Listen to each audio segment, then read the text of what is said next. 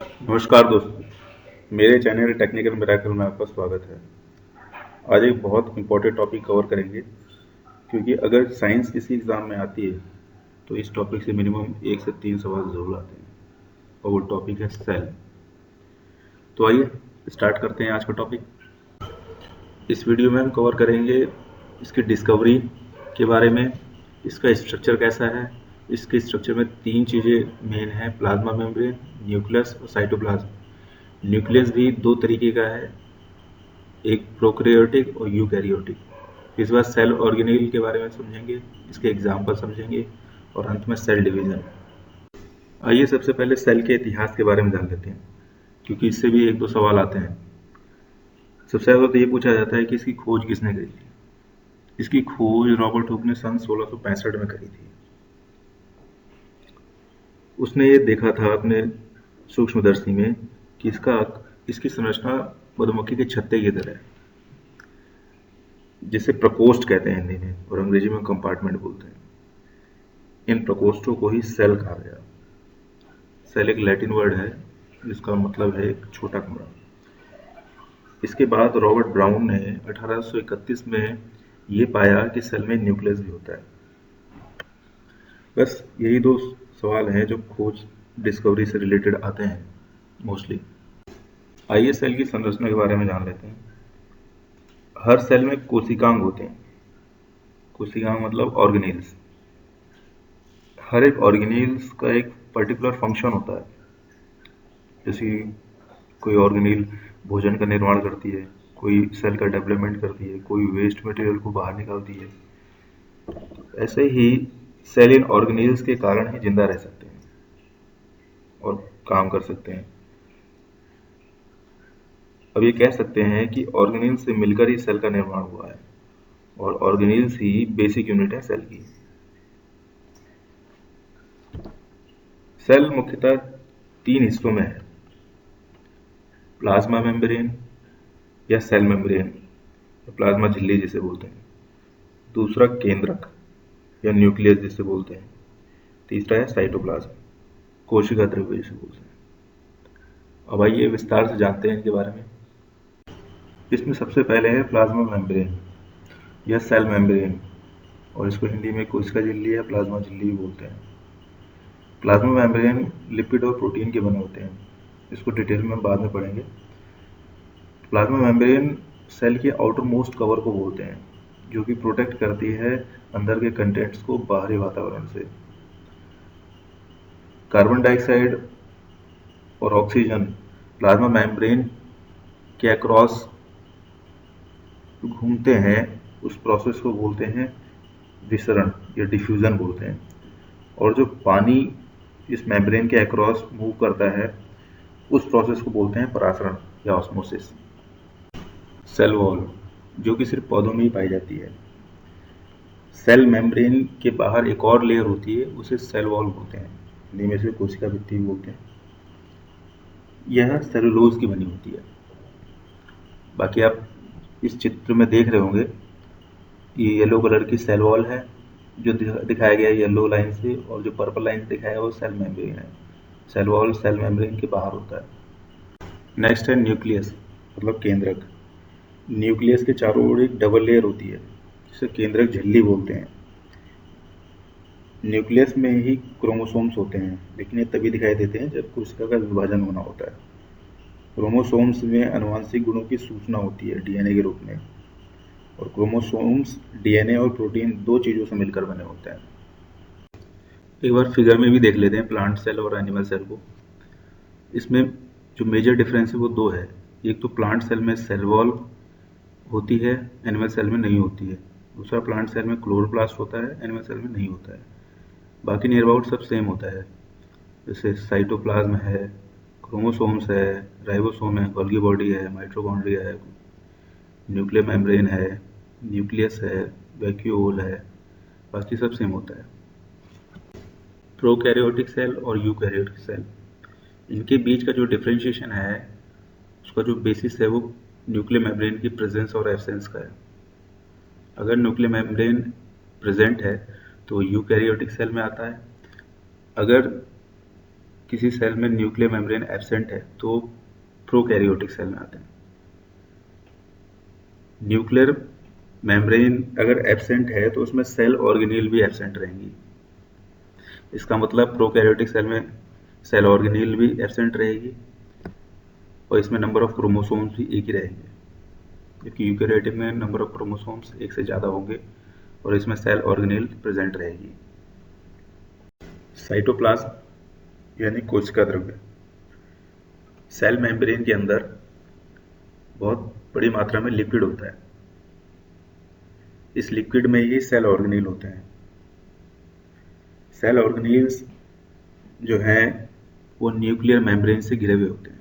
इसका मतलब प्रोकैरियोटिक में न्यूक्लियर मेम्ब्रेन एब्सेंट होता है तो इसमें सेल ऑर्गेनील्स एब्सेंट होते हैं, जबकि यूकैरियोटिक में न्यूक्लियर मेम्ब्रेन प्रेजेंट रहता है तो सेल ऑर्गेनील भी इसमें पाए जाते हैं। प्रोकैरियोटिक जो कोशिका है वो बैक्टीरिया में होती है, जबकि ह्यूमन, प्लांट, एनिमल्स और फंगाइज की जो सेल होती है वो यूकैरियोटिक होती है। सेल ऑर्गेनील यानी कोशिका। प्रत्येक कोशिका के चारों ओर एक झिल्ली होती है यानी सेल मेम्ब्रेन होती है, जो कि भीतरी पदार्थ को बाहरी वातावरण से संपर्क में आने से रोकती है और ये अंदर होने वाली क्रियाओं को एक दूसरे से अलग रखने में ऑर्गेनील्स का यूज करती है। यही ऑर्गेनील्स यूकैरियोटिक सेल और प्रोकैरियोटिक सेल के बीच में डिफरेंस है। सेल ऑर्गेनील्स के कुछ एग्जांपल्स हैं जैसे endoplasmic reticulum, Golgi apparatus, lysosome, mitochondria, plastids. आइए अब इनके बारे में विस्तार से जानें। इसमें सबसे पहले है एंडोप्लाज्मिक रेटिकुलम। इसको अंतर्द्रवी जालिका भी बोलते हैं। इसकी रचना जो है वो प्लाज्मा झिल्ली की तरह ही होती है। ये दो प्रकार की होती है, रफ एंडोप्लाज्मिक रेटिकुलम और smooth endoplasmic reticulum. Rough endoplasmic reticulum और स्मूथ एंडोप्लाज्मिक रेटिकुलम के फंक्शंस को समझ लेते हैं। रफ एंडोप्लाज्मिक रेटिकुलम में राइबोसोम्स इसकी सरफेस में लगे होते हैं, जिस कारण ये रफ लगता है। ये राइबोसोम्स प्रोटीन को सिंथेसाइज करते हैं और ये प्रोटीन एंडोप्लाज्मिक रेटिकुलम की हेल्प से कोशिका के अन्य भागों तक जाता है। स्मूथ एंडोप्लाज्मिक रेटिकुलम फैट या इसे लिपिड कहते हैं वो बनाता है। कुछ फैट और प्रोटीन सेल मेम्ब्रेन बनाने में काम आता है और कुछ फैट और प्रोटीन एंजाइम या हार्मोन्स की तरह वर्क करते हैं। इस प्रकार एंडोप्लाज्मिक रेटिकुलम का काम प्रोटीन बनाना भी है, सेल के अन्य भागों तक पहुंचाना भी है और लिपिड बनाना भी है। सेल ऑर्गेनील का जो दूसरा एग्जांपल है वो है Golgi apparatus. Golgi apparatus membrane bounded, जिसे झिल्ली युक्त पुट्टिकाओं का एक तंत्र बोलते हैं, एक दूसरे के ऊपर पैरेलल रूप से रहता है, जिसे सिस्टर्न या कुंडिका भी बोलते हैं। ये झिल्लियां एंडोप्लाज्मिक रेटिकुलम से संपर्क में रहती हैं। एंडोप्लाज्मिक रेटिकुलम में संश्लेषित पदार्थ गोल्गी एपरेटस में पैक हो जाता है और सेल की डिफरेंट एरियाज में भेजा जाता है। मतलब गोल्गी एपरेटस का काम मटेरियल को स्टोर करना है, उसकी पैकेजिंग करना है। गोल्गी एपरेटस का एक और मोस्ट इम्पॉर्टेंट काम है, वो है लाइसोसोम का निर्माण करना। लाइसोसोम्स में डाइजेस्टिव एंजाइम्स होते हैं। लाइसोसोम्स सेल का वेस्ट निकालने वाला तंत्र है। ये एक्सटर्नल मटेरियल और सेल ऑर्गेनील्स के टूटे फूटे भागों को डाइजेस्ट करके सेल को साफ रखता है। एक्सटर्नल मटेरियल जैसे बैक्टीरिया को छोटे छोटे टुकड़ों में तोड़ देता है। इसका मतलब ये एक स्ट्रॉन्ग डाइजेस्टिव एंजाइम है जो कि जटिल पदार्थों को भी तोड़ देता है। जब कोशिका डैमेज होती है या डेड हो जाती है तो लाइसोसोम फट जाता है और एंजाइम अपनी ही कोशिकाओं को डाइजेस्ट कर देता है। इसलिए इसे सुसाइड बैग्स भी बोलते हैं। माइटोकॉन्ड्रिया, जिसे कोशिका का पावर हाउस भी कहते हैं। माइटोकॉन्ड्रिया के पास दो मेम्ब्रेन कवरिंग होती हैं। जो बाहरी कवरिंग है उसमें पोर्स होते हैं, मतलब छेद होते हैं। इनर मेम्ब्रेन में फोल्ड्स होते हैं। ये फोल्ड्स एरिया प्रोवाइड करते हैं एटीपी बनाने वाली केमिकल रिएक्शंस के लिए। एटीपी मतलब एडिनोसाइन ट्राइफॉस्फेट। ये एनर्जी सेल की सारी एक्टिविटीज़ को करने के लिए रिक्वायर्ड होती है। एटीपी को सेल का एनर्जी करेंसी भी कहते हैं। माइटोकॉन्ड्रिया के पास अपने डीएनए और राइबोसोम्स होते हैं। इसका मतलब माइटोकॉन्ड्रिया खुद प्रोटीन बनाने में सक्षम है। प्लास्टिड्स, जो कि केवल प्लांट सेल में ही होते हैं। प्लास्टिड्स दो प्रकार के होते हैं, पहला तो क्रोमोप्लास्ट और दूसरा ल्यूकोप्लास्ट। क्रोमोप्लास्ट जो कि कलरफुल होता है, ल्यूकोप्लास्ट वाइट या कलरलेस बोलते हैं इसे। क्रोमोप्लास्ट में एक पिगमेंट होता है जिसे क्लोरोफिल या क्लोरोप्लास्ट बोलते हैं। क्लोरोप्लास्ट की वजह से ही फोटोसिंथेसिस होता है, जिसकी वजह से प्लांट्स अपना भोजन खुद बनाते हैं। ल्यूकोप्लास्ट मूलतः कोशिकांग होते हैं, जिसमें स्टार्च प्रोटीन स्टोर होता है। एक और इम्पॉर्टेंट बात है, प्लास्टिड्स में अपने डीएनए और राइबोसोम्स होते हैं। वैक्यूल्स, जिसे रसधानियाँ भी बोलते हैं। एनिमल्स में वैक्यूल्स छोटे और प्लांट्स में वैक्यूल्स बड़े पाए जाते हैं। वैक्यूल्स में सॉलिड और लिक्विड स्टोर होता है। प्लांट्स में कोशिकाओं में जो वैक्यूल्स होते हैं उनमें लिक्विड भरा होता है। अब लास्ट टॉपिक है सेल डिवीजन, मतलब कोशिका का विभाजन कैसे होता है। सेल डिवीजन दो मेथड से होता है, एक मिटोसिस, एक मियोसिस। अगर मदर सेल दो आइडेंटिकल डॉटर सेल में डिवाइड होती है और